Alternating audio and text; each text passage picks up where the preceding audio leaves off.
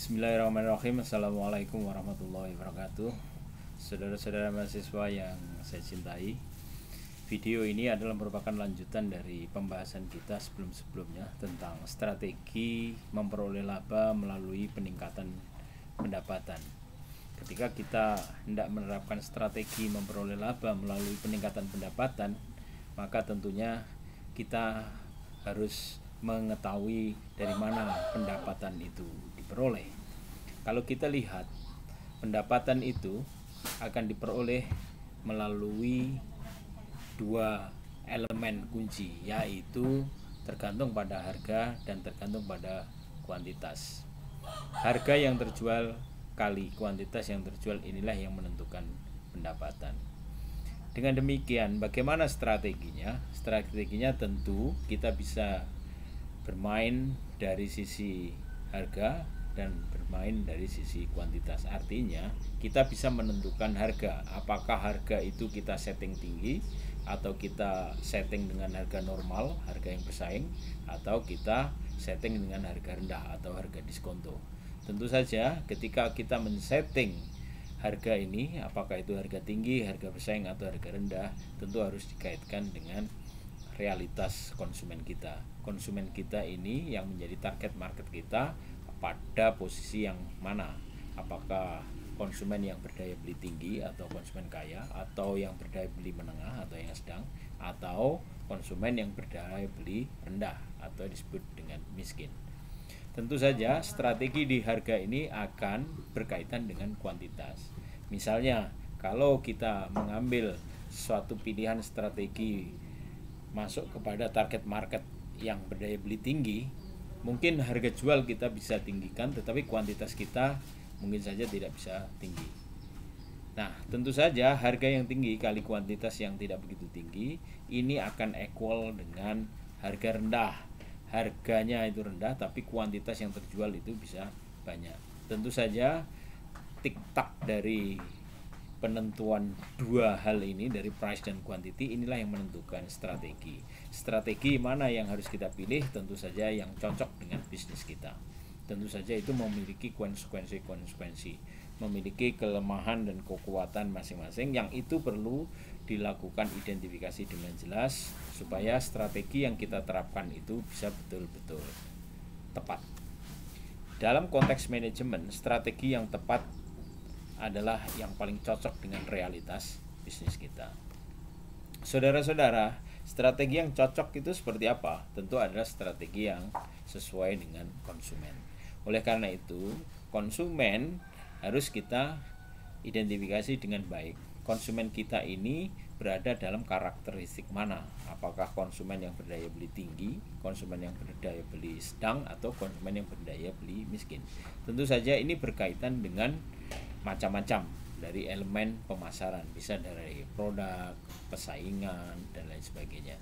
Yang jelas ketika kita melihat dari sisi konsumen itu, kita bisa melakukan analisis segmen konsumen melalui analisis psikografis, melalui analisis demografis, atau dengan analisis geografis.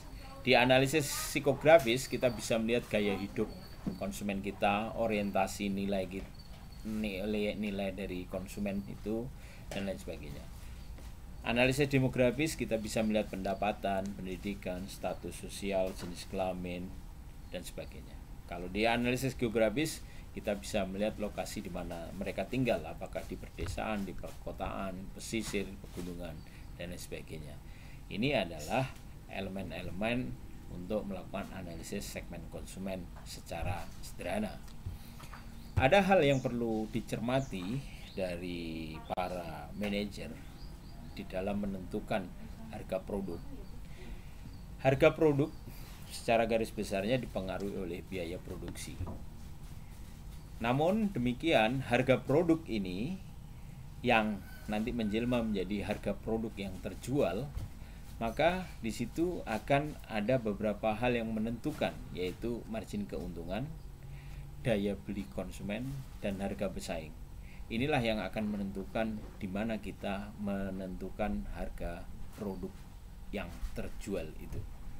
Nah, inilah pricing strategi ini penting sekali bagi manajer, dan ini perlu dicermati. Kita bisa melihat dari biaya produksi kita, margin keuntungan yang ingin kita dapatkan, daya beli konsumen yang kita bidik, dan harga pesaing. Itu harus betul-betul kita perhatikan secara seksama. Kenapa? Kalau kita bisa melihat dari harga pesaing, daya beli konsumen, margin keuntungan yang kita terapkan, pada dasarnya itu bisa kita kaitkan dengan karakteristik pasar. Karakteristik pasar seperti kita ketahui ada 4 macam karakteristik pasar, yaitu karakteristik pasar monopoli, oligopoli, persaingan sempurna, dan persaingan monopolistik. 4 hal ini memiliki perbedaan-perbedaan terutama dari jenis besar kecilnya harga atau tinggi rendahnya harga yang ditentukan, kemudian daya beli konsumen terutama dari posisi tawarnya, dan margin keuntungannya yang ingin diperoleh dari perusahaan. Kita tahu misalnya pasar monopoli karena tidak ada pesaingan, penjual hanya tunggal, dan tidak ada komoditas yang bisa menggantikan atau komoditas substitusinya tidak ada, maka seorang monopolis atau perusahaan yang memonopoli itu bisa menentukan harga yang tinggi. Karena harga yang tinggi, maka dia bisa memperoleh margin keuntungan yang tinggi. Tentu saja karena nggak ada pesaing, dia bisa melakukan seperti itu. Nah, kemudian pasar oligopoli. Pasar oligopoli itu adalah pasar di mana ada beberapa pemain di situ, ada beberapa supplier atau beberapa penjual. Beberapa ini jumlahnya ya tidak banyak, berarti antara 2 dan 10 gitu. Itulah pasar oligopoli. Tentu saja oligopoli ini mempunyai 2 karakteristik ya. Kalau oligopolannya itu melakukan kesepakatan yang kemudian membentuk kartel, kecenderungannya seperti monopoli. Tetapi kalau oligopolannya ini bersaingan, bercerai-berai, maka kemudian kecenderungannya seperti pasar persaingan sempurna. Nah, di pasar persaingan sempurna itu memiliki karakteristik banyak penjual dan banyak pembeli. Produk-produknya adalah saling substitut, saling bisa menggantikan. Oleh karena itu, pada pasar persaingan sempurna, penjual posisi tawarnya setara dengan konsumen. Bahkan bisa jadi konsumen itu lebih unggul posisi tawarnya. Oleh karena itu, di pasar persaingan sempurna, kecenderungannya supplier atau penjual atau produsen tidak bisa menentukan harga. Harga ditentukan oleh pembeli. Oleh karena itu, pada pasar persaingan sempurna, strategi yang cocok adalah menentukan harga jual produk yang rendah, yang penting kuantitasnya yang terjual adalah tinggi. Tentu saja ini berbeda dengan pasar monopoli. Ada pasar karakteristik yang keempat, yaitu pasar persaingan monopolistik. Ini sebenarnya adalah pasar yang bermula dari pasar persaingan sempurna, hanya saja karena produsennya bisa melakukan diferensiasi dengan para pesaingnya, seolah-olah dia menjadi pemain tunggal. Karena menjadi pemain tunggal dengan strategi diferensiasi tadi itu, maka dia bisa menciptakan pasar tersendiri. Oleh karena itu, pada pasar persaingan monopolistik, posisi tawar produsen bisa menjadi lebih tinggi dibanding konsumen. Tentu saja dia bisa menjadi penentu harga. Oleh karena itu, di pasar persaingan monopolistik, harga jual bisa lebih tinggi dibanding harga pasar persaingan sempurna. Karakteristik pasar yang seperti itu perlu dicermati dengan seksama oleh para manajer. Yang jelas, kuncinya ketika kita mau melakukan strategi peningkatan laba melalui pendapatan, kita harus tahu rumus-rumus dari pendapatan. Kita tahu bahwa rumus pendapatan adalah harga jual dari kuantitas jual. Di balik rumus ini, inilah bermunculan strategi-strategi yang macam-macam yang itu harus Anda identifikasi dengan baik. Nah, pendapatan yang tinggi inilah yang akan menentukan laba. Karena apa? Karena laba adalah pendapatan dikurangi dengan biaya. Nah, dari rumus ini, maka kita bisa lakukan perumusan lain, yaitu biaya ditambah laba sama dengan pendapatan. Dan pendapatan inilah yang menentukan efektivitas usaha. Nah, efektivitas usaha itu adalah laba kali perputaran. Artinya, berapa laba yang Anda peroleh dan kali perputaran dari bisnis Anda. Semakin banyak perputarannya, maka efektivitas usahanya semakin tinggi. Oleh karena itu, dalam mencari laba, ya, menentukan strategi laba dari pendapatan, harus perhatikan bahwa pendapatannya harus tinggi dan perputarannya harus kencang, harus cepat. Dengan demikian, bisnis akan menjadi continue. Nah, tentu saja saudara-saudara, ketika kita melakukan strategi memperoleh laba melalui pendapatan, maka keilmuan yang paling tepat mendukung adalah manajemen pemasaran. Oleh karena itu, kita mari cermati konsep dasar dari manajemen pemasaran. Kalau kita bicara tentang manajemen pemasaran, setidaknya kita kenal 5M atau 5P, ya. M itu adalah market, marketer, marketing, market opposition, dan market product. Market ini adalah pasar, marketer adalah pemasar, marketing adalah pola pemasaran, market opposition adalah pesaing, dan market product adalah produk.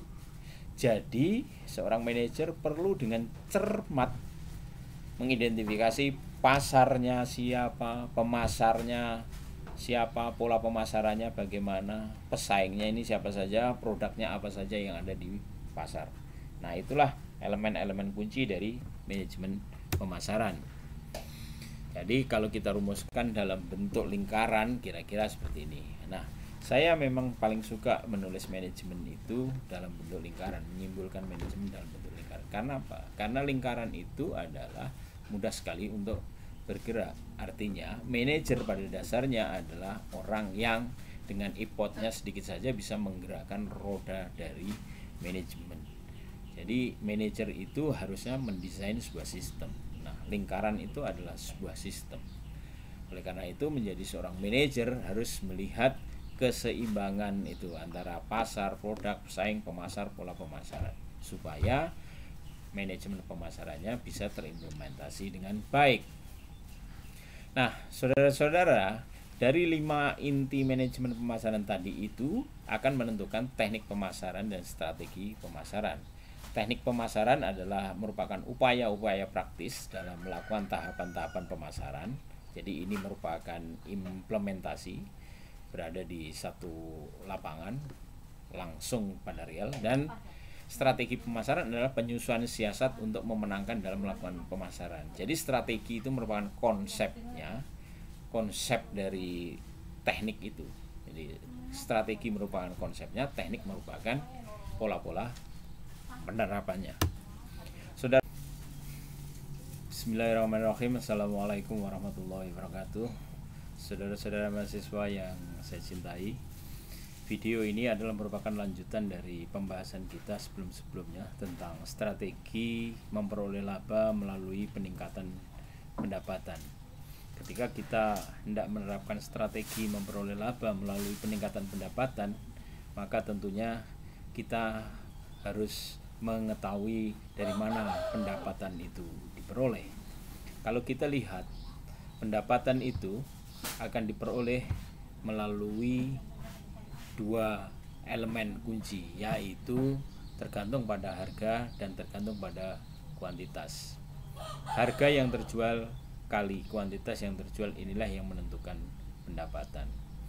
Dengan demikian, bagaimana strateginya? Strateginya tentu kita bisa bermain dari sisi harga dan bermain dari sisi kuantitas. Artinya, kita bisa menentukan harga. Apakah harga itu kita setting tinggi, atau kita setting dengan harga normal, harga yang bersaing, atau kita setting dengan harga rendah atau harga diskonto. Tentu saja ketika kita men-setting harga ini, apakah itu harga tinggi, harga bersaing, atau harga rendah, tentu harus dikaitkan dengan realitas konsumen kita. Konsumen kita ini yang menjadi target market kita pada posisi yang mana? Apakah konsumen yang berdaya beli tinggi atau konsumen kaya, atau yang berdaya beli menengah atau yang sedang, atau konsumen yang berdaya beli rendah atau disebut dengan miskin. Tentu saja strategi di harga ini akan berkaitan dengan kuantitas. Misalnya, kalau kita mengambil suatu pilihan strategi masuk kepada target market yang berdaya beli tinggi, mungkin harga jual kita bisa tinggikan, tetapi kuantitas kita mungkin saja tidak bisa tinggi. Nah, tentu saja harga yang tinggi kali kuantitas yang tidak begitu tinggi ini akan equal dengan harga rendah. Harganya itu rendah tapi kuantitas yang terjual itu bisa banyak. Tentu saja tik-tak dari penentuan dua hal ini, dari price dan quantity, inilah yang menentukan strategi. Strategi mana yang harus kita pilih? Tentu saja yang cocok dengan bisnis kita. Tentu saja itu memiliki konsekuensi, memiliki kelemahan dan kekuatan masing-masing, yang itu perlu dilakukan identifikasi dengan jelas supaya strategi yang kita terapkan itu bisa betul-betul tepat. Dalam konteks manajemen, strategi yang tepat adalah yang paling cocok dengan realitas bisnis kita. Saudara-saudara, strategi yang cocok itu seperti apa? Tentu adalah strategi yang sesuai dengan konsumen. Oleh karena itu, konsumen harus kita identifikasi dengan baik. Konsumen kita ini berada dalam karakteristik mana? Apakah konsumen yang berdaya beli tinggi, konsumen yang berdaya beli sedang, atau konsumen yang berdaya beli miskin? Tentu saja ini berkaitan dengan macam-macam dari elemen pemasaran, bisa dari produk, persaingan, dan lain sebagainya. Yang jelas ketika kita melihat dari sisi konsumen itu, kita bisa melakukan analisis segmen konsumen melalui analisis psikografis, melalui analisis demografis, atau dengan analisis geografis. Di analisis psikografis kita bisa melihat gaya hidup konsumen kita, orientasi nilai dari konsumen itu, dan lain sebagainya. Analisis demografis kita bisa melihat pendapatan, pendidikan, status sosial, jenis kelamin, dan sebagainya. Kalau di analisis geografis kita bisa melihat lokasi di mana mereka tinggal, apakah di pedesaan, di perkotaan, pesisir, pegunungan, dan lain sebagainya. Ini adalah elemen-elemen untuk melakukan analisis segmen konsumen secara sederhana. Ada hal yang perlu dicermati dari para manajer di dalam menentukan harga produk. Harga produk secara garis besarnya dipengaruhi oleh biaya produksi. Namun demikian, harga produk ini yang nanti menjelma menjadi harga produk yang terjual, maka di situ akan ada beberapa hal yang menentukan, yaitu margin keuntungan, daya beli konsumen, dan harga bersaing. Inilah yang akan menentukan di mana kita menentukan harga produk yang terjual itu. Nah, inilah pricing strategi ini. Pricing strategi ini penting sekali bagi manajer dan ini perlu dicermati. Kita bisa melihat dari biaya produksi kita, margin keuntungan yang ingin kita dapatkan, daya beli konsumen yang kita bidik, dan harga bersaing. Itu harus betul-betul kita perhatikan secara seksama. Kenapa? Kalau kita bisa melihat dari harga bersaing, daya beli konsumen, margin keuntungan yang kita terapkan, pada dasarnya itu bisa kita kaitkan dengan karakteristik pasar. Karakteristik pasar seperti kita ketahui ada 4 macam karakteristik pasar, yaitu karakteristik pasar monopoli, oligopoli, persaingan sempurna, dan persaingan monopolistik. 4 hal ini memiliki perbedaan-perbedaan terutama dari jenis besar kecilnya harga atau tinggi rendahnya harga yang ditentukan, kemudian daya beli konsumen terutama dari posisi tawarnya, dan margin keuntungannya yang ingin diperoleh dari perusahaan.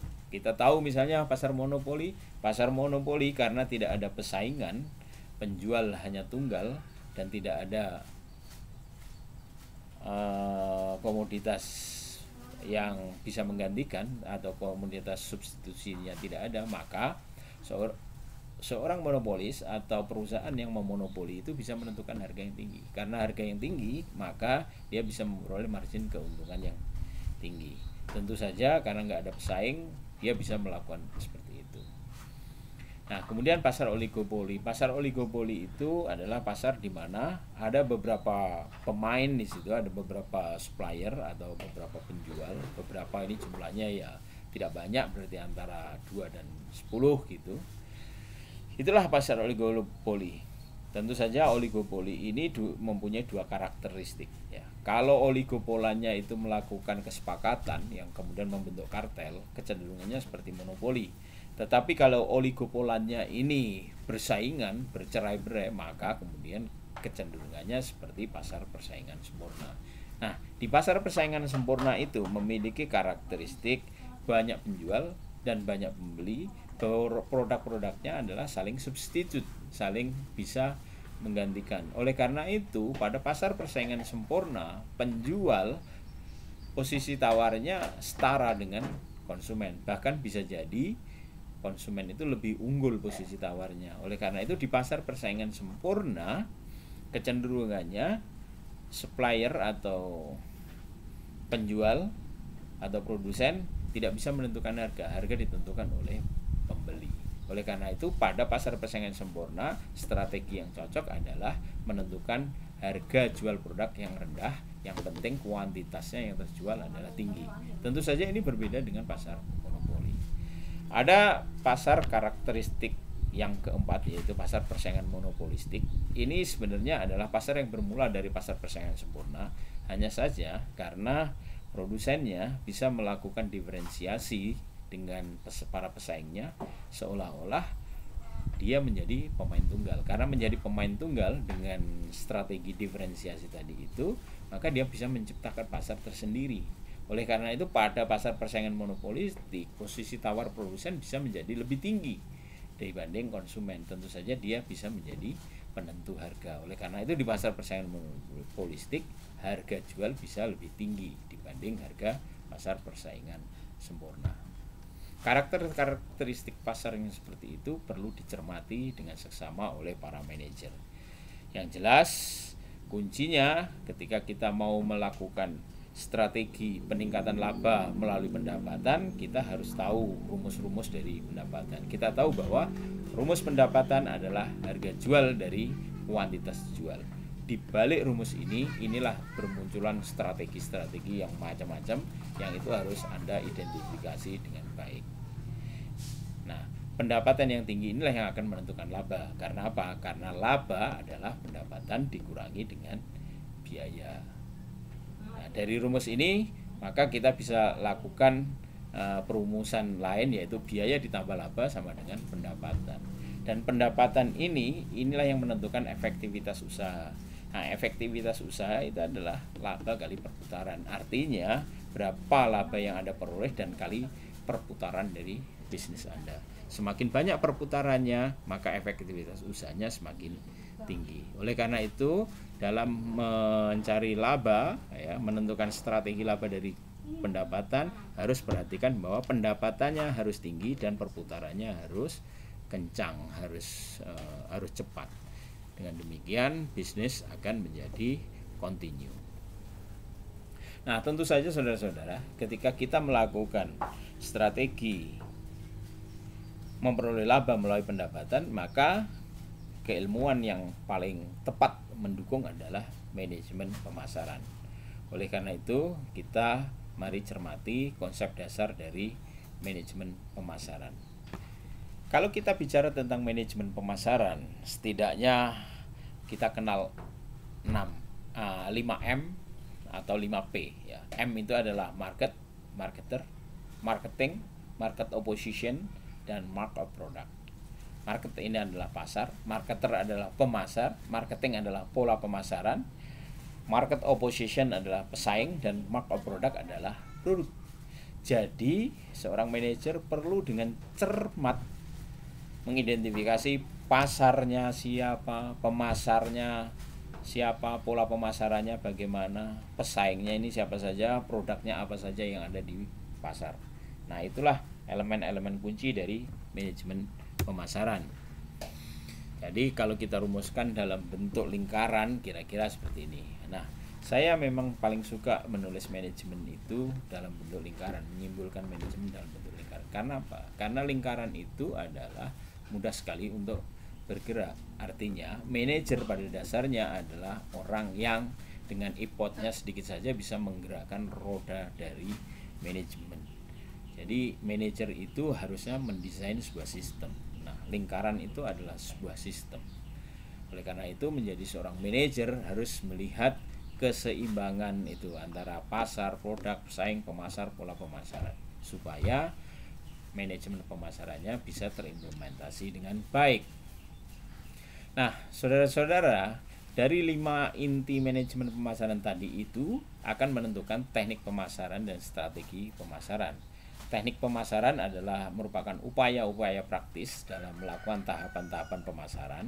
Jadi ini merupakan implementasi, berada di satu lapangan langsung pada real. Dan strategi pemasaran adalah penyusunan siasat untuk memenangkan dalam melakukan pemasaran. Jadi strategi itu merupakan konsepnya, konsep dari teknik itu. Jadi strategi merupakan konsepnya, teknik merupakan pola-pola penerapannya. Saudara-saudara, teknik dan strategi itu memiliki elemen, antara elemen identifikasi, elemen penerapan, dan elemen pemeliharaan. Nah, yang perlu dilakukan oleh para manajer adalah mengidentifikasi. Nah, dalam marketing yang perlu diidentifikasi apa? Ya, Anda bisa melakukan identifikasi atas daya belinya konsumen itu berapa, pola permintaannya konsumen seperti apa, karakteristik produk yang diminati oleh konsumen itu seperti apa, dan lain sebagainya. Itu identifikasi. Nah, kalau identifikasinya bagus, maka kemudian inilah diterapkan di dalam pemasaran. Penerapan dalam pemasaran ini terkait dengan pendekatan penjualannya seperti apa, kemudian pembauran elemen-elemen pemasarannya seperti apa, marketing mixnya seperti apa, kemudian proses penyampaian produk atau delivery-nya itu seperti apa. Identifikasi yang baik, penerapannya akan baik. Dan penerapan yang baik ini harus ditunjang dengan pemeliharaan yang baik. Nah, pemeliharaan ini meliputi apa? Nah, pemeliharaan bisa meliputi proses pencitraannya, karakteristik nilai yang ditawarkan, pola-pola komunikasi, dan lain sebagainya. Nah, sehingga ketiga ini kalau kita simbolkan dalam sebuah skema, kira-kira terlihat seperti itu. Identifikasi akan menentukan ketepatan penerapan, dan penerapan yang baik akan menentukan loyalitas, ya. Penerapan yang baik yang dipelihara akan menentukan loyalitas, dan pemeliharaan yang baik atas identifikasi akan menentukan kontinuitas. Jadi, saudara-saudara, marketing manajemen perlu melakukan identifikasi untuk menjawab pertanyaan tentang apa, berapa. Nah, sedangkan penerapan untuk mempertanyakan tentang bagaimana. Nah, pemeliharaan untuk mempertanyakan mengapa. Nah, inilah hubungan antar elemen yang ada di dalam marketing manajemen. Nah, ini perlu dicermati karena semuanya adalah merupakan keterkaitan. Nah, dengan demikian model yang saya tawarkan di sini adalah model integrasi antar manajemen, antar elemen di dalam manajemen marketing. Saudara-saudara, kalau kita lihat tadi yang kita identifikasi daya beli, apa saja yang perlu diperhitungkan di situ adalah income konsumen ini seperti apa, karena income ini akan menentukan daya beli. Kemudian kebutuhan dan sifat keterdesakannya atas produk. Semakin produk itu merasa penting, dinilai penting dan dinilai mendesak, maka ini kaitannya dengan harga beli, ya, harga jual produk makin mahal. Seperti misalnya obat-obat paten dan lain sebagainya, itu karena dia menentukan pada kebutuhan dan sifat keterdesakannya. Oleh karena itu harganya bisa tinggi. Demikian juga kalau bisnis itu kita buat karakternya itu seperti karakter yang bisa mendesak konsumen untuk membeli, misalnya dengan keterdesakan dan konsumen untuk merasa perlu membeli akibat dengan lifestyle dan lain sebagainya, itu juga bisa menentukan pembelian produk. Nah, tentu saja itu akan meropang daya beli yang lebih tinggi. Kemudian kita perlu mengidentifikasi permintaan, jenis permintaan atas barang itu gimana. Mereka membeli untuk sekali-sekali saja atau membeli untuk yang berulang kali. Jadi kita bisa melihat mode keseimbangannya dan intransitivitas dari permintaan itu. Kemudian kita juga bisa mengidentifikasi desain produk tadi itu, kita lihat. Maka di situ ada unsur kualitasnya seperti apa, tingkat harganya berapa, model yang sedang berkembang itu seperti apa. Nah, itulah poin-poin dari identifikasi. Identifikasi yang baik akan menentukan penerapan yang baik. Nah, penerapan ini terkait dengan pendekatan penjual. Pendekatan penjualan ini atau kita sebut dengan appeals ini perlu memperhatikan posisi tawar konsumen dan posisi tawar produsen itu seperti apa. Nah, kita juga perlu melihat karakteristik pasar seperti yang sudah kita bahas tadi itu. Nah, yang perlu dan jangan sampai lupa adalah pendekatan penjualan itu orientasinya pada penutupan penjualan. Jadi artinya harus ada penjualan. Jadi bukan hanya sekedar memperkenalkan, tetapi harus ada closing penjualan itu. Karena apa? Karena untuk menjadikan pendapatan harus ada penutupan penjualan. Kalau tidak terjadi penutupan penjualan, pendapatan belum real.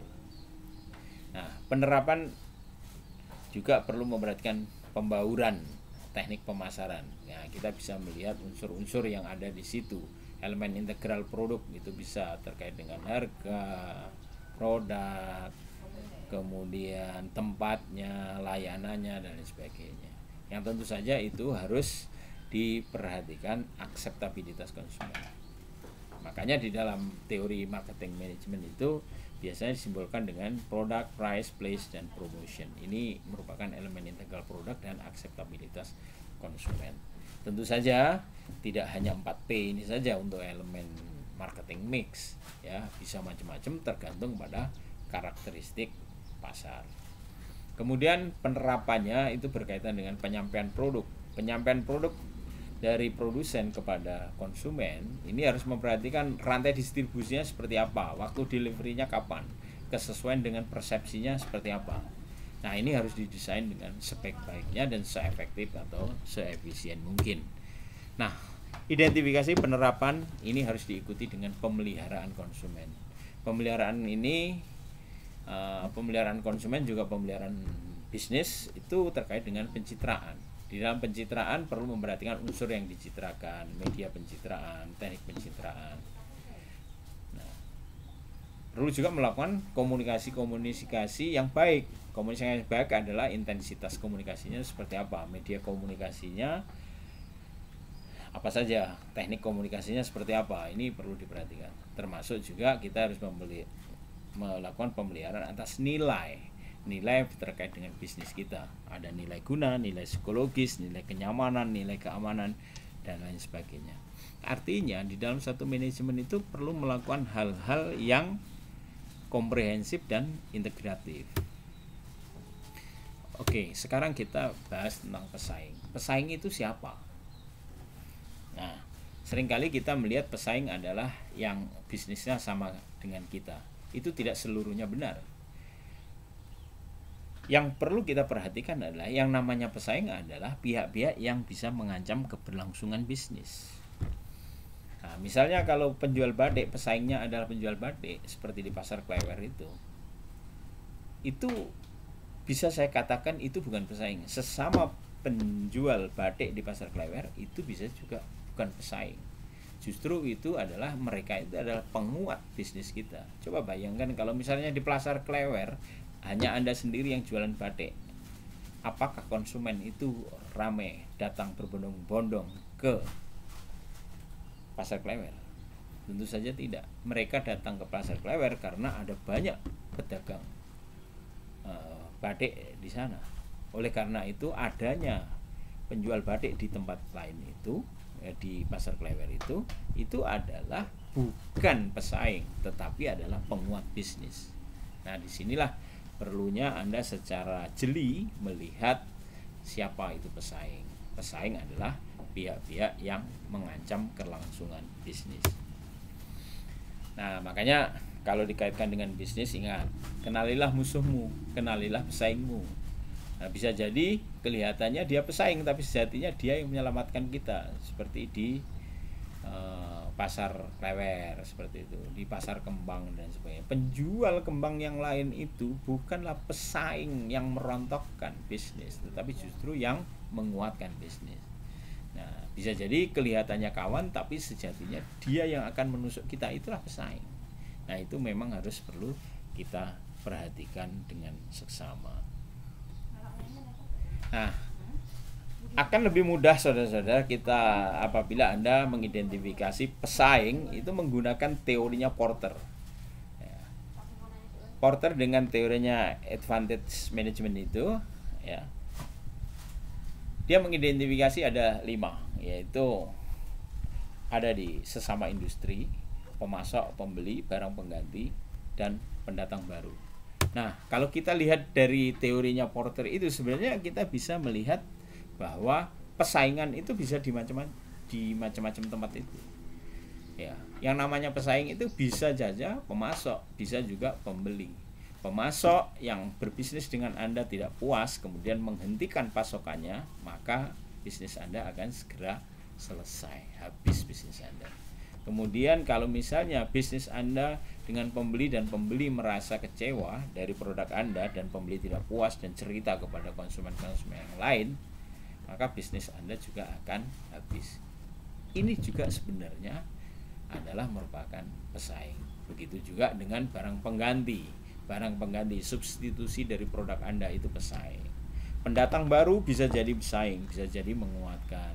Pendatang baru ini bisa merupakan kebijakan-kebijakan pemerintah dan lain sebagainya. Nah, sesama industri bisa jadi pesaing, bisa jadi tidak.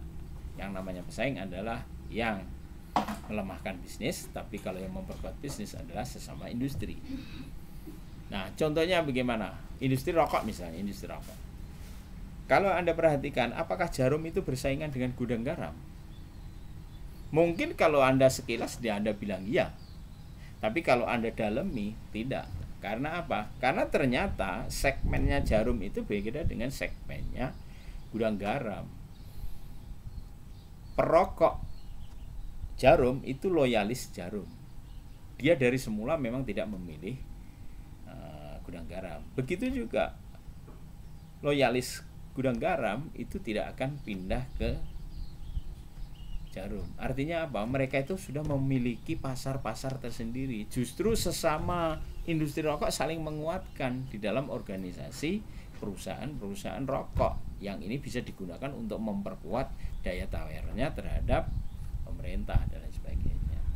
Nah, kalau di dalam industri rokok, pendatang baru ini bisa jadi penjual favor. Nah, ini ya penjual favor misalnya. Nah, itu juga bisa sebagai diidentifikasi sebagai barang pengganti. Pendatang baru misalnya para dokter yang menyarankan jangan membeli rokok karena rokok itu tidak menyehatkan bagi kesehatan. Itu juga pesaing gitu. Kebijakan-kebijakan seperti di DKI. Di DKI itu adalah melarang orang merokok di tempat-tempat umum. Nah, kalau merokok di tempat umum maka akan kena denda. Nah, ini justru menjadi pesaing. Nah, termasuk aliansi perempuan, misalnya aliansi perempuan anti rokok itu juga bisa menjadi pesaing. Oleh karena itu, ketika kita mengidentifikasi pesaing dan ancaman persaingan, kita harus jeli melihat hal-hal yang seperti itu, hal di pemasok, di pembeli, para pengganti, para pendatang baru, dan lain sebagainya. Nah, sekarang kita lihat pasar. Pasar, apa sih pasar itu? Pasar dalam konteks bisnis itu banyak ragamnya.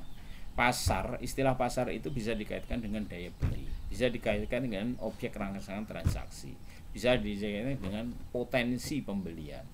Pasar itu bisa konsumen dan lain sebagainya. Jadi ketika kita melihat pasar itu definisinya menjadi lebih luas. Nah, apa saja faktor yang mempengaruhi pasar? Pasar itu dipengaruhi oleh banyak hal. Faktor budaya, faktor sosial, faktor pribadi, faktor psikologis, semuanya itu memiliki pengaruh atas keputusan pasar di dalam melakukan pembelian. Nah, perilaku pembelian itu bisa bermacam-macam tipenya. Ada pembelian yang menurut kebiasaan, ada pembelian yang untuk bertujuan mencari variasi, ada pembelian yang untuk mengurangi disonansi atau mengurangi ketidaksesuaian, ada pembelian yang bersifat kompleks, pembelian menurut kebiasaan, ini biasa untuk makanan dan lain sebagainya. Pembelian yang variasi, kita ingin membeli makanan yang berbeda gitu. Pembelian yang mengurangi ketidaksesuaian, kalau misalnya kita dianggap kuper deso, kemudian kita ikut-ikutan, itu mengurangi ketidaksesuaian. Nah, pembelian kompleks ini pembelian yang bermacam-macam sebab. Nah, karakteristik perilaku pembelian itu bermacam-macam seperti itu, maka sebagai seorang manajer bisnis harus melihat ini.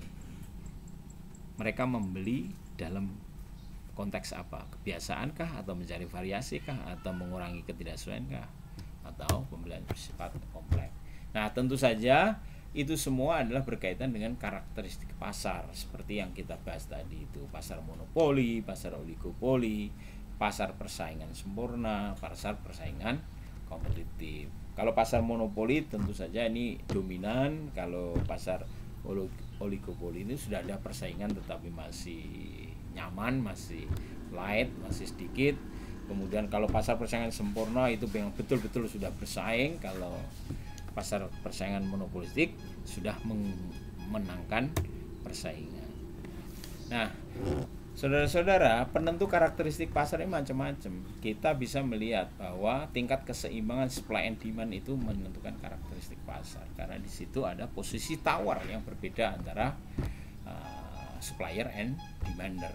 Kemudian tingkat elastisitas yang dimiliki konsumen, terutama elastisitas terhadap harga. Elastisitas konsumen terhadap harga ini bisa mencerminkan daya beli. Konsumen yang elastis terhadap harga cenderung ada pada pasar persaingan sempurna. Nah, konsumen yang tidak elastis terhadap harga cenderung ada pada pasar monopolistik. Nah, ini perlu dicermati ini, elastisitas ini. Ya. Posisi tawar antar konsumen dan produsen ini juga menentukan karakteristik pasar. Saudara-saudara, kelengkapan atau komprehensivitas seperti itu kita perlu cermat di dalam mengidentifikasi pasar. Yaitu tadi ada 3 elemen yang perlu diidentifikasi, yaitu daya beli, permintaan, karakteristik produk.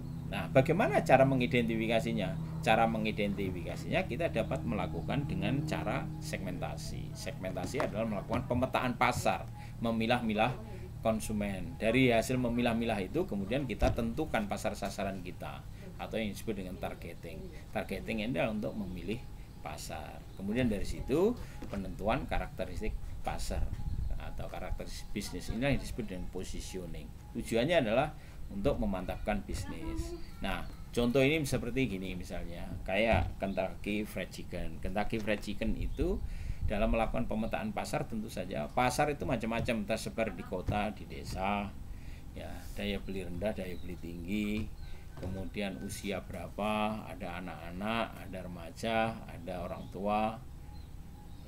Daya pola-pola kehidupannya seperti apa, yang modern atau tradisional dan lain sebagainya. Dari pemetaan seperti itu, kalau kita lihat Kentucky itu memilih pasar anak-anak dan remaja yang tinggal di kota, berdaya beli tinggi, pola hidupnya modern. Nah, ini menjadi target marketnya.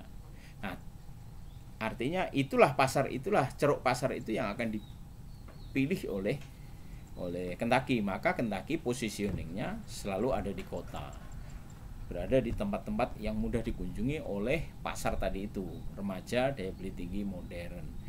Nah, remaja, modern, daya beli tinggi ini perilakunya ada yang ingin nyaman, ingin convenient, kemudian ingin modern, ya, meningkatkan lifestyle dan sebagainya.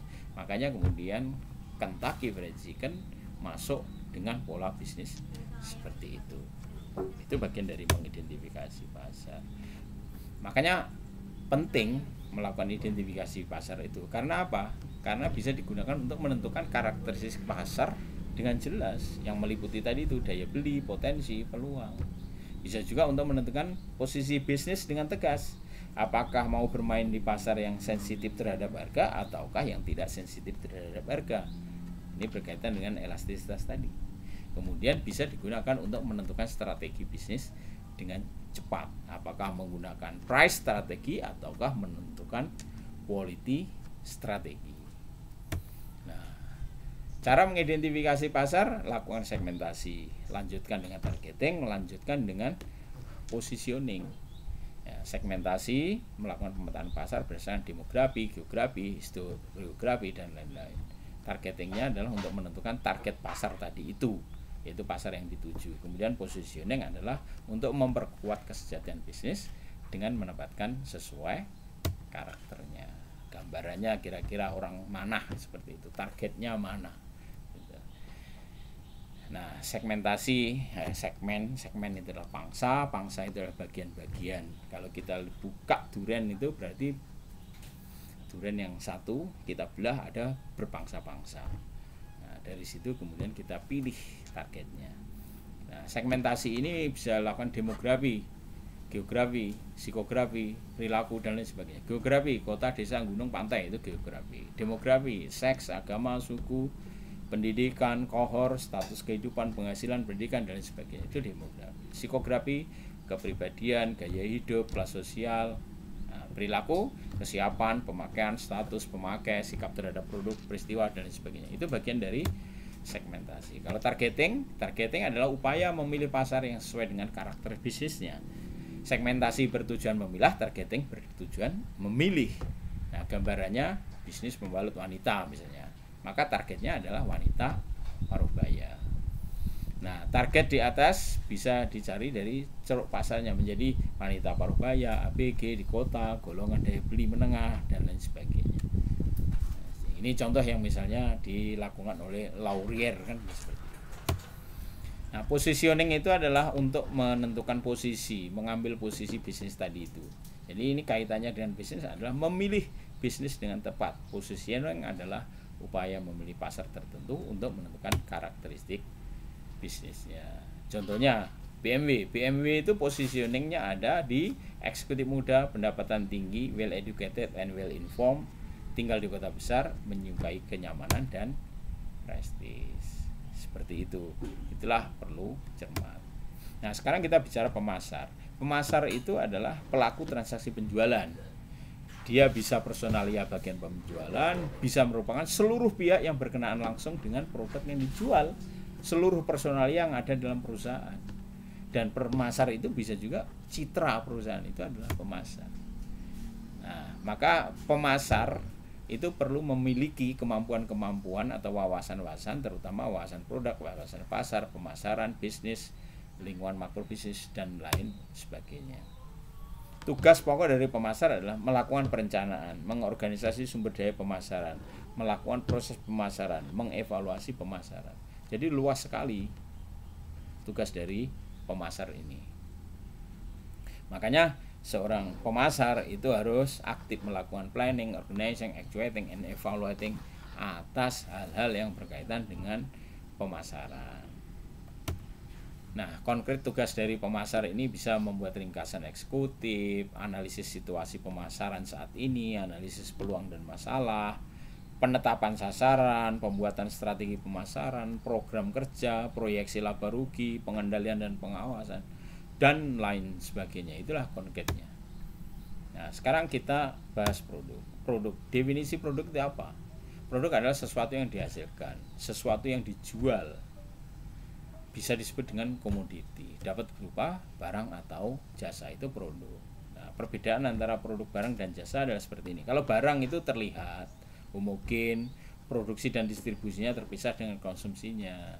Nilai intinya diproduksi di pabrik, konsumen tidak ikut proses produksi, dapat disimpan, ada transfer kepemilikan, itulah barang.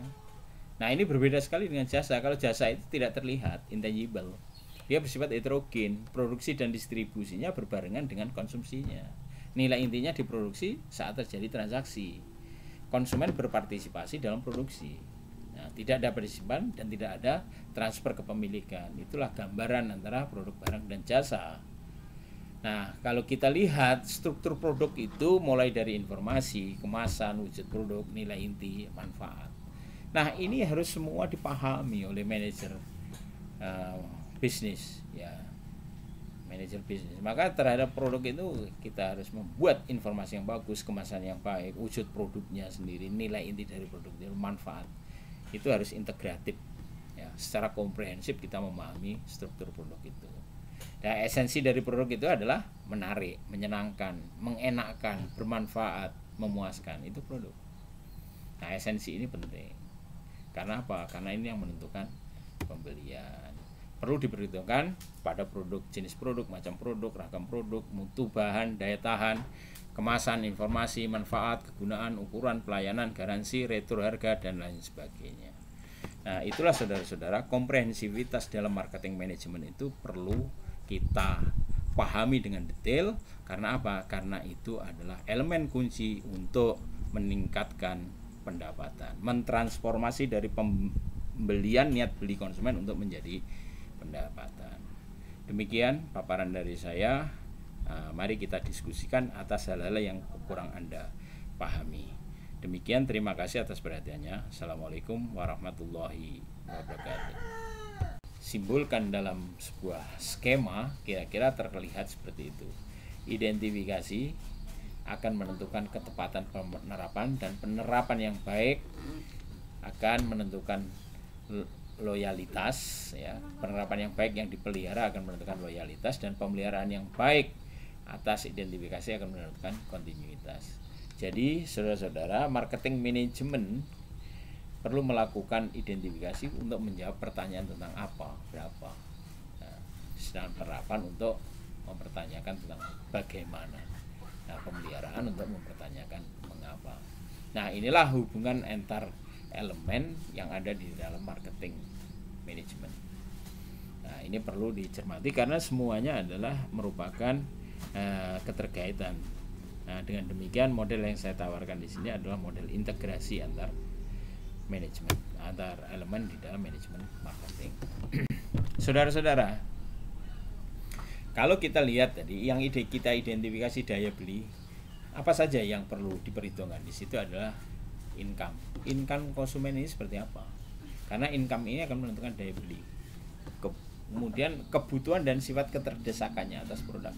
Semakin produk itu merasa penting, dinilai penting dan dinilai mendesak, maka ini kaitannya dengan harga beli, harga jual produk makin mahal. Seperti misalnya obat-obat paten dan lain sebagainya, itu karena dia menentukan pada kebutuhan dan sifat keterdesakannya. Oleh karena itu harganya bisa tinggi. Demikian juga kalau bisnis itu kita buat karakternya itu seperti karakter yang bisa mendesak konsumen untuk membeli, misalnya dengan keterdesakan dan konsumen untuk merasa perlu membeli akibat dengan lifestyle dan lain sebagainya, itu juga bisa menentukan pembelian produk. Nah, tentu saja itu akan menopang daya beli yang lebih tinggi. Kemudian kita perlu mengidentifikasi permintaan, jenis permintaan atas barang itu gimana. Mereka membeli untuk sekali-sekali saja atau membeli untuk yang berulang kali. Jadi kita bisa melihat mode keseimbangannya dan intransitivitas dari permintaan itu. Kemudian kita juga bisa mengidentifikasi desain produk tadi itu. Kita lihat, maka di situ ada unsur kualitasnya seperti apa, tingkat harganya berapa, model yang sedang berkembang itu seperti apa. Nah, itulah poin-poin dari identifikasi. Identifikasi yang baik akan menentukan penerapan yang baik. Nah, penerapan ini terkait dengan pendekatan penjual. Pendekatan penjualan ini atau kita sebut dengan appeals ini perlu memperhatikan posisi tawar konsumen dan posisi tawar produsen itu seperti apa. Nah, kita juga perlu melihat karakteristik pasar seperti yang sudah kita bahas tadi itu. Nah, yang perlu dan jangan sampai lupa adalah pendekatan penjualan itu orientasinya pada penutupan penjualan. Jadi artinya harus ada penjualan. Jadi bukan hanya sekedar memperkenalkan, tetapi harus ada closing penjualan itu. Karena apa? Karena untuk menjadikan pendapatan harus ada penutupan penjualan. Kalau tidak terjadi penutupan penjualan, pendapatan belum real. Nah, penerapan juga perlu memperhatikan pembauran teknik pemasaran. Nah, kita bisa melihat unsur-unsur yang ada di situ. Elemen integral produk itu bisa terkait dengan harga, produk, kemudian tempatnya, layanannya dan lain sebagainya. Yang tentu saja itu harus diperhatikan akseptabilitas konsumen. Makanya di dalam teori marketing management itu biasanya disimbolkan dengan product, price, place, dan promotion. Ini merupakan elemen integral produk dan akseptabilitas konsumen. Tentu saja tidak hanya 4P ini saja untuk elemen marketing mix, ya, bisa macam-macam tergantung pada karakteristik pasar. Kemudian penerapannya itu berkaitan dengan penyampaian produk. Penyampaian produk dari produsen kepada konsumen ini harus memperhatikan rantai distribusinya seperti apa, waktu deliverynya kapan, kesesuaian dengan persepsinya seperti apa. Nah, ini harus didesain dengan sebaik-baiknya dan seefektif atau seefisien mungkin. Nah, identifikasi penerapan ini harus diikuti dengan pemeliharaan konsumen. Pemeliharaan ini pemeliharaan konsumen juga pemeliharaan bisnis itu terkait dengan pencitraan. Di dalam pencitraan perlu memperhatikan unsur yang dicitrakan, media pencitraan, teknik pencitraan. Nah, perlu juga melakukan komunikasi yang baik. Komunikasi yang baik adalah intensitas komunikasinya seperti apa, media komunikasinya apa saja, teknik komunikasinya seperti apa. Ini perlu diperhatikan. Termasuk juga kita harus melakukan pemeliharaan atas nilai terkait dengan bisnis kita. Ada nilai guna, nilai psikologis, nilai kenyamanan, nilai keamanan, dan lain sebagainya. Artinya di dalam satu manajemen itu perlu melakukan hal-hal yang komprehensif dan integratif. Oke, sekarang kita bahas tentang pesaing. Pesaing itu siapa? Nah, seringkali kita melihat pesaing adalah yang bisnisnya sama dengan kita. Itu tidak seluruhnya benar. Yang perlu kita perhatikan adalah yang namanya pesaing adalah pihak-pihak yang bisa mengancam keberlangsungan bisnis. Nah, misalnya kalau penjual batik pesaingnya adalah penjual batik seperti di pasar Klewer itu bisa saya katakan itu bukan pesaing. Sesama penjual batik di pasar Klewer itu bisa juga bukan pesaing. Justru itu adalah mereka itu adalah penguat bisnis kita. Coba bayangkan kalau misalnya di pasar Klewer hanya Anda sendiri yang jualan batik, apakah konsumen itu ramai datang berbondong-bondong ke pasar Klewer? Tentu saja tidak. Mereka datang ke pasar Klewer karena ada banyak pedagang batik di sana. Oleh karena itu adanya penjual batik di tempat lain itu, di pasar Klewer itu adalah bukan pesaing, tetapi adalah penguat bisnis. Nah, disinilah perlunya Anda secara jeli melihat siapa itu pesaing. Pesaing adalah pihak-pihak yang mengancam kelangsungan bisnis. Nah, makanya kalau dikaitkan dengan bisnis, ingat, kenalilah musuhmu, kenalilah pesaingmu. Nah, bisa jadi kelihatannya dia pesaing, tapi sejatinya dia yang menyelamatkan kita, seperti di pasar Klewer seperti itu, di pasar kembang dan sebagainya. Penjual kembang yang lain itu bukanlah pesaing yang merontokkan bisnis, tetapi justru yang menguatkan bisnis. Nah, bisa jadi kelihatannya kawan, tapi sejatinya dia yang akan menusuk kita, itulah pesaing. Nah, itu memang harus perlu kita perhatikan dengan seksama.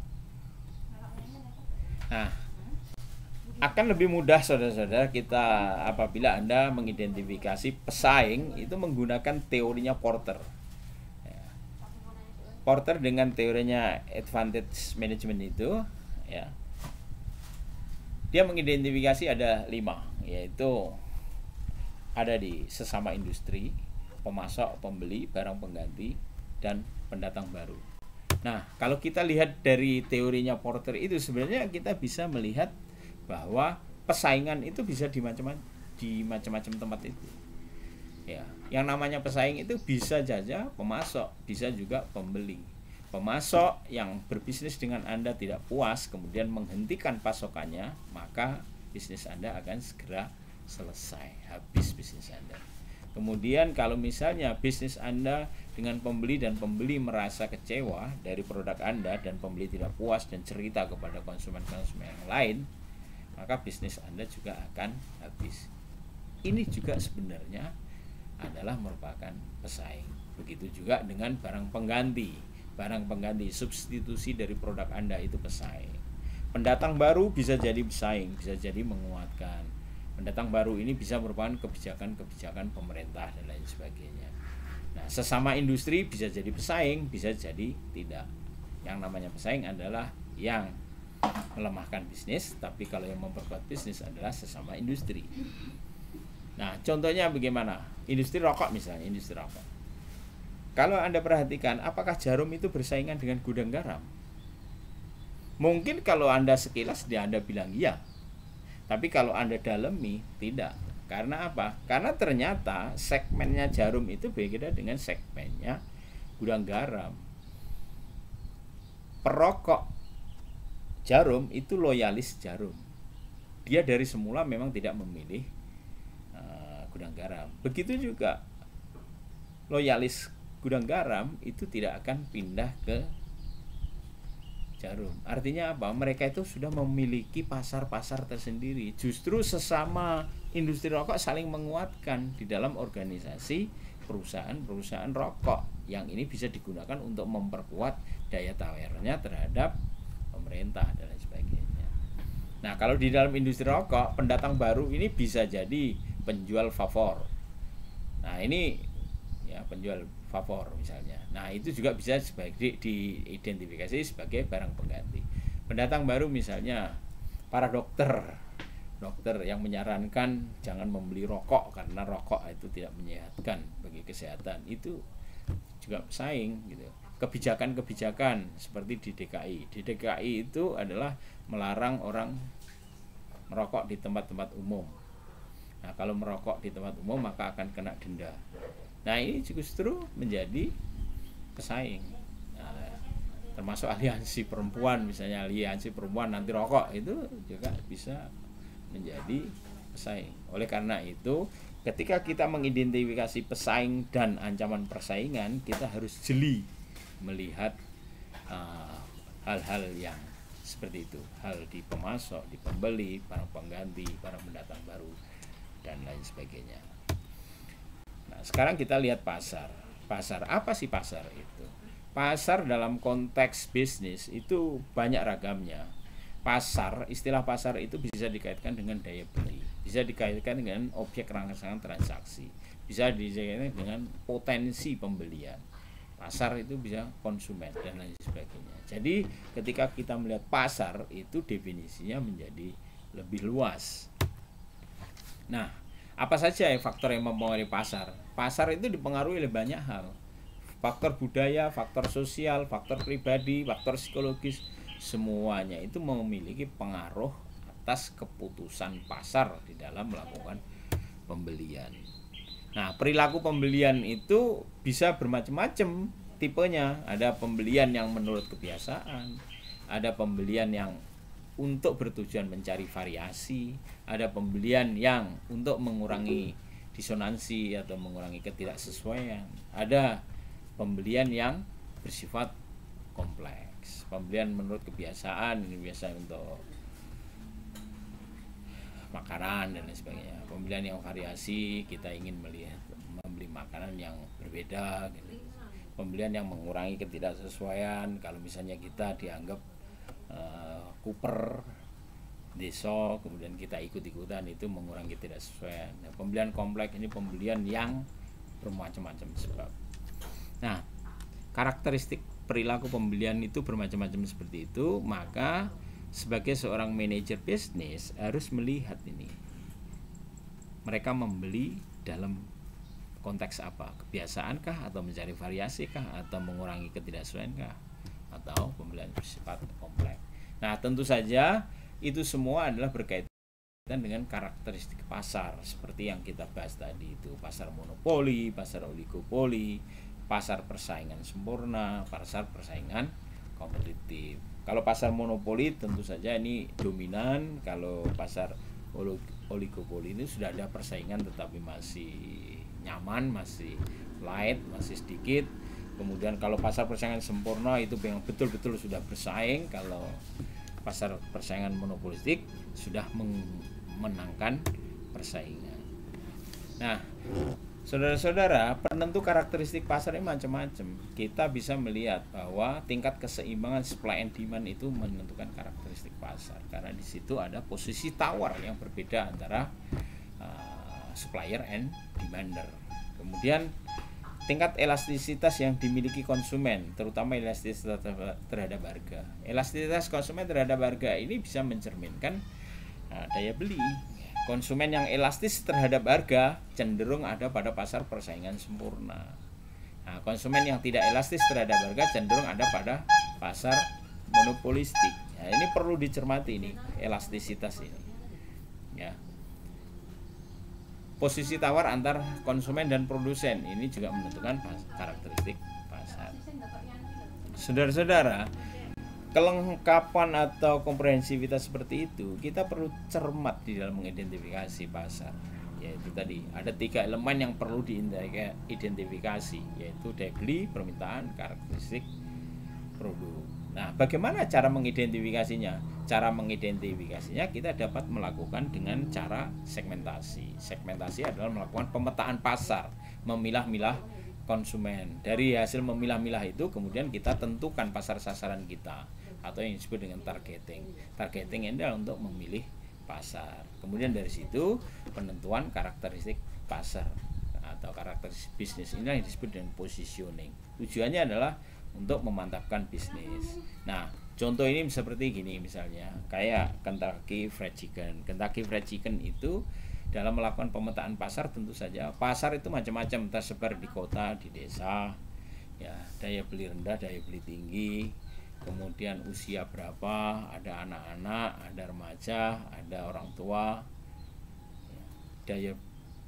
pola-pola kehidupannya seperti apa, yang modern atau tradisional dan lain sebagainya. Dari pemetaan seperti itu, kalau kita lihat Kentucky itu memilih pasar anak-anak dan remaja yang tinggal di kota, berdaya beli tinggi, pola hidupnya modern. Nah, inilah menjadi target marketnya.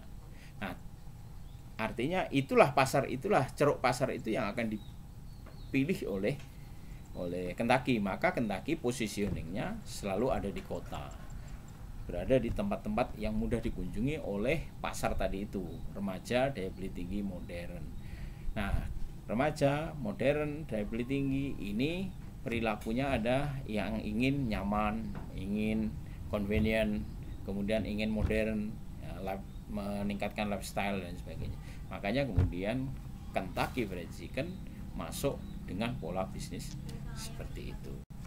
Itu bagian dari mengidentifikasi pasar. Makanya penting melakukan identifikasi pasar itu. Karena apa? Karena bisa digunakan untuk menentukan karakteristik pasar dengan jelas, yang meliputi tadi itu daya beli, potensi, peluang. Bisa juga untuk menentukan posisi bisnis dengan tegas. Apakah mau bermain di pasar yang sensitif terhadap harga ataukah yang tidak sensitif terhadap harga. Ini berkaitan dengan elastisitas tadi. Kemudian bisa digunakan untuk menentukan strategi bisnis dengan cepat. Apakah menggunakan price strategi ataukah menentukan quality strategi. Nah, cara mengidentifikasi pasar, lakukan segmentasi, lanjutkan dengan targeting, lanjutkan dengan positioning. Ya, segmentasi, melakukan pemetaan pasar berdasarkan demografi, geografi, historiografi, dan lain-lain. Targetingnya adalah untuk menentukan target pasar tadi itu, yaitu pasar yang dituju. Kemudian positioning adalah untuk memperkuat kesejahteraan bisnis dengan menempatkan sesuai karakternya. Gambarannya kira-kira orang mana seperti itu, targetnya mana. Nah, segmentasi, segmen itu adalah pangsa itu adalah bagian-bagian. Kalau kita buka durian itu berarti durian yang satu kita belah ada berpangsa-pangsa. Nah, dari situ kemudian kita pilih targetnya. Nah, segmentasi ini bisa lakukan demografi, geografi, psikografi, perilaku dan lain sebagainya. Geografi, kota, desa, gunung, pantai, itu geografi. Demografi, seks, agama, suku, pendidikan, kohor, status kehidupan, penghasilan, pendidikan dan lain sebagainya, itu demografi. Psikografi, kepribadian, gaya hidup, kelas sosial. Nah, perilaku, kesiapan, pemakaian, status pemakai, sikap terhadap produk, peristiwa dan lain sebagainya. Itu bagian dari segmentasi. Kalau targeting adalah upaya memilih pasar yang sesuai dengan karakter bisnisnya. Segmentasi bertujuan memilah, targeting bertujuan memilih. Nah, gambarannya bisnis pembalut wanita misalnya, maka targetnya adalah wanita paruh baya. Nah, target di atas bisa dicari dari ceruk pasarnya menjadi wanita paruh baya, ABG di kota, golongan daya beli menengah dan lain sebagainya. Ini contoh yang misalnya dilakukan oleh Laurier kan seperti itu. Nah, positioning itu adalah untuk menentukan posisi, mengambil posisi bisnis tadi itu. Jadi ini kaitannya dengan bisnis adalah memilih bisnis dengan tepat. Positioning adalah upaya memilih pasar tertentu untuk menentukan karakteristik bisnisnya. Contohnya BMW itu positioningnya ada di eksekutif muda, pendapatan tinggi, well educated and well informed, tinggal di kota besar, menyukai kenyamanan dan prestis. Seperti itu. Itulah perlu cermat. Nah, sekarang kita bicara pemasar. Pemasar itu adalah pelaku transaksi penjualan. Dia bisa personalia bagian penjualan, bisa merupakan seluruh pihak yang berkenaan langsung dengan produk yang dijual, seluruh personalia yang ada dalam perusahaan. Dan pemasar itu bisa juga citra perusahaan, itu adalah pemasar. Nah, maka pemasar itu perlu memiliki kemampuan-kemampuan atau wawasan-wawasan, terutama wawasan produk, wawasan pasar, pemasaran, bisnis, lingkungan makro bisnis, dan lain sebagainya. Tugas pokok dari pemasar adalah melakukan perencanaan, mengorganisasi sumber daya pemasaran, melakukan proses pemasaran, mengevaluasi pemasaran. Jadi luas sekali tugas dari pemasar ini. Makanya seorang pemasar itu harus aktif melakukan planning, organizing, actuating, and evaluating atas hal-hal yang berkaitan dengan pemasaran.